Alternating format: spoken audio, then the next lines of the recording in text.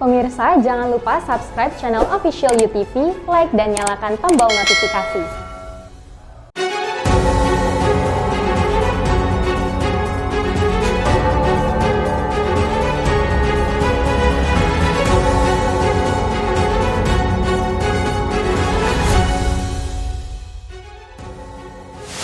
Komisi Pemberantasan Korupsi (KPK) menggelar operasi tangkap tangan Bupati Probolinggo Puput Tentriana Sari bersama suaminya Hasan Aminuddin yang saat ini menjabat sebagai anggota DPR RI. Polsek Lubuk Baja melangsungkan rekonstruksi kasus pembunuhan tukang cendol di Pasar Jodoh, Samarinda Shopping Center, Batam, Kepulauan Riau. Warga di Desa Wakumoro, Kecamatan Parigi, Kabupaten Muna, Sulawesi Tengah, nyaris menggulingkan sebuah kendaraan dinas akibat jalan rusak parah yang tak kunjung diaspal Senin 30 Agustus. Halo pemirsa, kita berjumpa dalam program U-News. Program ini memberikan informasi bermakna kepada Anda mengenai sejumlah peristiwa menarik di tanah air. Bersama saya, Fahrian Bahri, dan inilah U-News selengkapnya. Saudara, sebuah penginapan di Kota Mulaboh, Aceh, disegel petugas Satuan Polisi Pamong Praja, Satpol PP, usai petugas menemukan pasangan yang diduga berbuat asusila di kamar penginapan. Puluhan petugas Satpol PP dan Polisi Syariat Islam bersama TNI dan Polri menyegel salah satu penginapan yang berada di Jalan Sultan Iskandar Muda, Mulaboh, Aceh Barat. Penyegelan dilakukan usai petugas mengamankan sejumlah pasangan yang diduga melakukan perbuatan asusila di kamar di penginapan tersebut. Selain melakukan penyegelan, petugas juga mengamankan 2 orang pengelola penginapan. Mereka diduga bertugas sebagai mucikari dan penyedia tempat aktivitas asusila. Kasatpol PP dan Polisi Syariat Islam Aceh Barat, Doni Bima Saputra, mengatakan penyegelan penginapan dilakukan sesuai dengan prosedur yang berlaku. Doni juga mengaku pihaknya telah memeriksa sejumlah saksi untuk memperkuat penyegelan tersebut. Pihak hotel dinilai melanggar Kanun Nomor 6 Tahun 2014 tentang hukum jinayat. Terkait kejadian beberapa malam tindakan pelanggaran syariat Islam Khalwat dan di hotel ditemukan satu pasang mesum, beberapa barang bukti lain beserta pengelola yang juga melakukan transaksi prostitusi. Atas perbuatannya, mereka terancam hukuman cambuk di depan umum sesuai dengan Kanun Syariat Islam yang berlaku di Provinsi Aceh. Dari Aceh Barat, Aceh, Kantor Berita Antara, UTV mengabarkan. Pemirsa, Badan Penyelenggara Jaminan Sosial Ketenagakerjaan Cabang Tanjung Pinang menggandeng Kejaksaan Negeri Tanjung Pinang melakukan penagihan terhadap perusahaan yang menunggak pembayaran iuran BPJS Ketenagakerjaan. Sedikitnya 55 perusahaan di Tanjung Pinang, Kepulauan Riau, dipanggil pihak Kejaksaan Negeri Tanjung Pinang. Pemanggilan ini diagendakan untuk mediasi terkait penunggakan pembayaran iuran BPJS Ketenagakerjaan. Perusahaan menunggak pembayaran iuran bervariasi, mulai dari menunggak 3 bulan hingga setahun lebih, dengan total tunggakan mencapai 2 miliar rupiah. Petugas pemeriksa BPJS TK Tanjung Pinang, Tungkul Sihotang mengatakan, mediasi yang berlangsung membuat 10 perusahaan akhirnya sepakat melunasi tunggakan, dengan total nilai 200 juta rupiah. Sementara saat ini, diketahui perusahaan yang menunggak tagihan didominasi dengan dampak ekonomi dari pandemi COVID-19. Penyedia kerja lantas mengimbau untuk menaati pembayaran iuran jam khusus pekerja. Seluruh pemberi kerja, pengusaha untuk tetap patuh terhadap penyelenggaraan jaminan sosial ketenagakerjaan karena ini menyangkut dengan hak-hak normatif pekerja berkaitan dengan kecelakaan kerja, kematian, hari tua, dan jaminan pensiun. Dari Tanjung Pinang, Kepulauan Riau, Afriyadi, UTV mengabarkan. Pemirsa, warga di Desa Wakumoro, Kecamatan Parigi, Kabupaten Muna, Sulawesi Tenggara, nyaris menggulingkan sebuah kendaraan dinas akibat jalan rusak parah yang tak kunjung diaspal Senin 30 Agustus.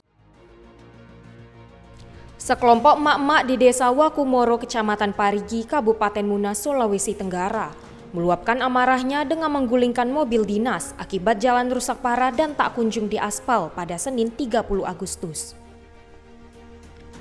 Aksi tersebut buntut dari aksi warga setempat yang sejak 9 Agustus lalu melakukan blokade jalan dengan membangun pondasi setinggi 50 cm di tengah jalan.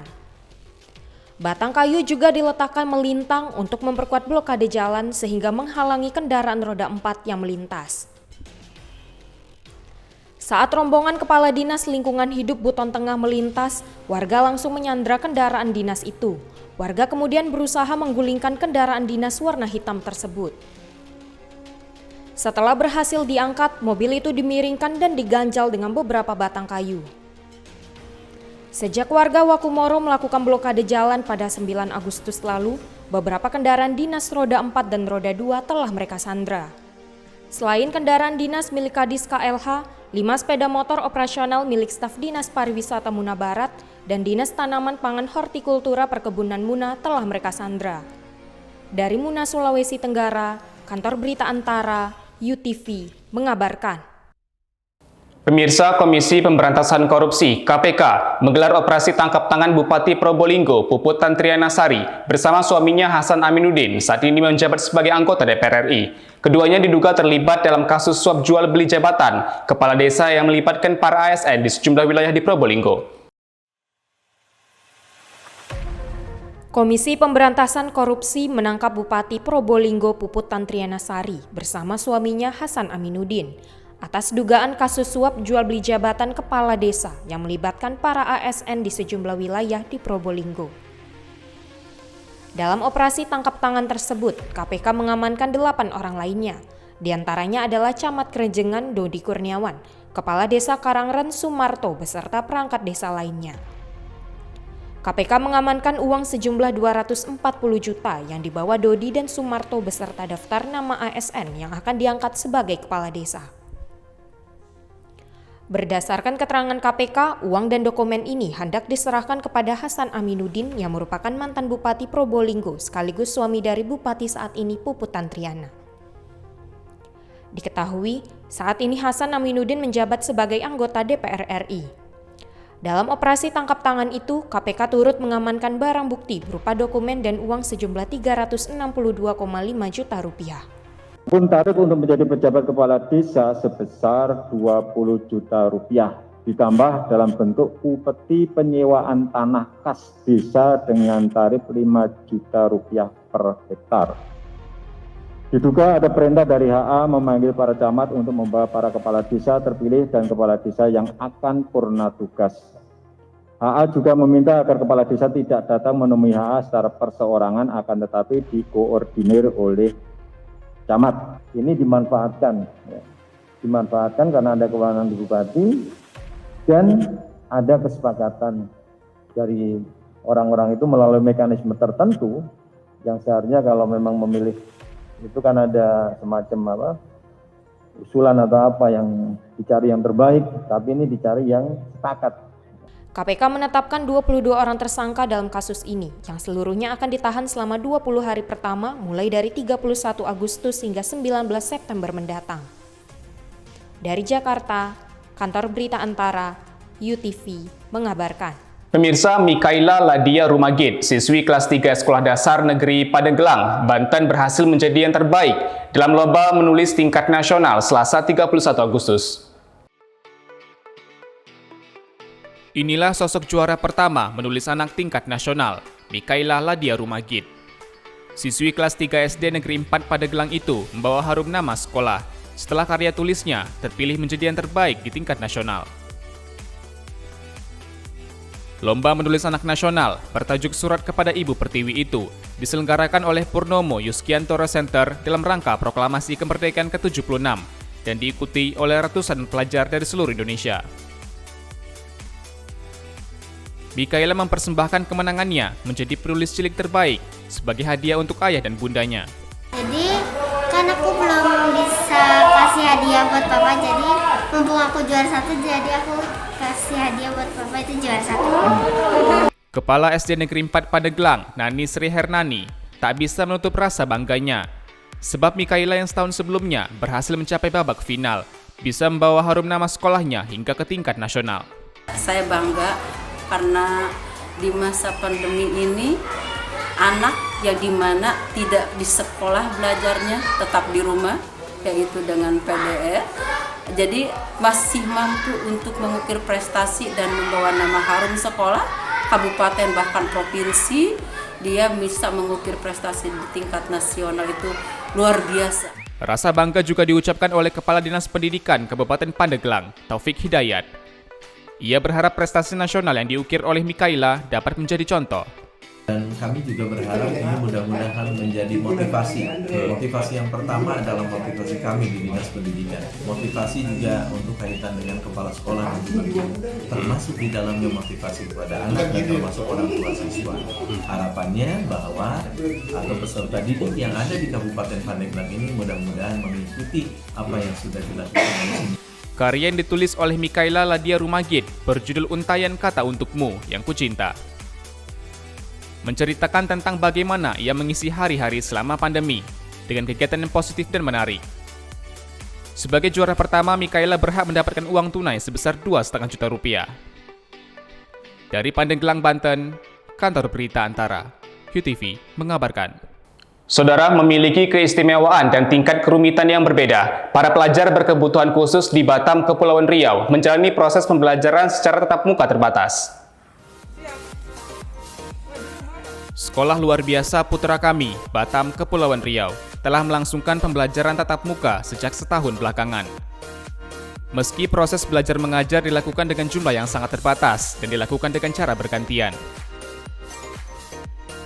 Kepala Sekolah SLB Putra Kami, Hefrina, menjelaskan kondisi anak dengan kebutuhan khusus jelas memiliki perbedaan, sehingga anak didik di sekolahnya harus diajarkan dengan cara tatap muka dan tak dapat dilangsungkan dengan hanya mengandalkan belajar melalui daring. Menurut Hefrina, melakukan pembelajaran tatap muka di sekolahnya merupakan langkah yang paling tepat agar anak dengan kebutuhan khusus tetap mendapatkan haknya untuk belajar dan bersekolah. Bahwa anak kebutuhan khusus ini tidak sama dengan anak biasa, anak-anak reguler. Mereka juga membutuhkan pendampingan yang maksimal, pendampingan yang optimal. Gitu. Misal, kalau anak-anak biasa, anak-anak reguler itu nggak perlu dipegangin tangan buat nulis, anak-anak kita ini kadang butuh yang namanya bantuan, dipegangin tangannya gitu. Atau misalnya dibantu kalau beraktivitas seperti dia belajar di sekolah. Tapi hak mereka untuk belajar dan menemukan rutinitas mereka atau aktivitas belajar mereka seperti sebelumnya itu tetap kita berikan. Gurunya yang harus ke sekolah setiap hari, nggak pakai besok si ibu ini sekarang gitu, enggak. Jadi setiap hari saya mau lihat guru datang ke sekolah.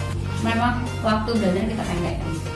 Penerapan protokol kesehatan yang ketat menjadi kunci keberhasilannya menjalankan sekolah dengan sistem pembelajaran tatap muka. Seperti menjaga jarak dan mengurangi jumlah anak didik, sehingga proses belajar berlangsung dalam 2 shift. Mengurangi interaksi antar satu anak dan anak yang lainnya, dan tentunya menyediakan tempat cuci tangan, hingga penggunaan masker selama proses belajar mengajar berlangsung. Tak hanya menerapkan praktek semata, pihak sekolah juga terus-menerus mengedukasi anak didiknya mengenai protokol kesehatan yang baik dan benar. Dari Batam, Kepulauan Riau, Engesti Pedro, UTV mengabarkan.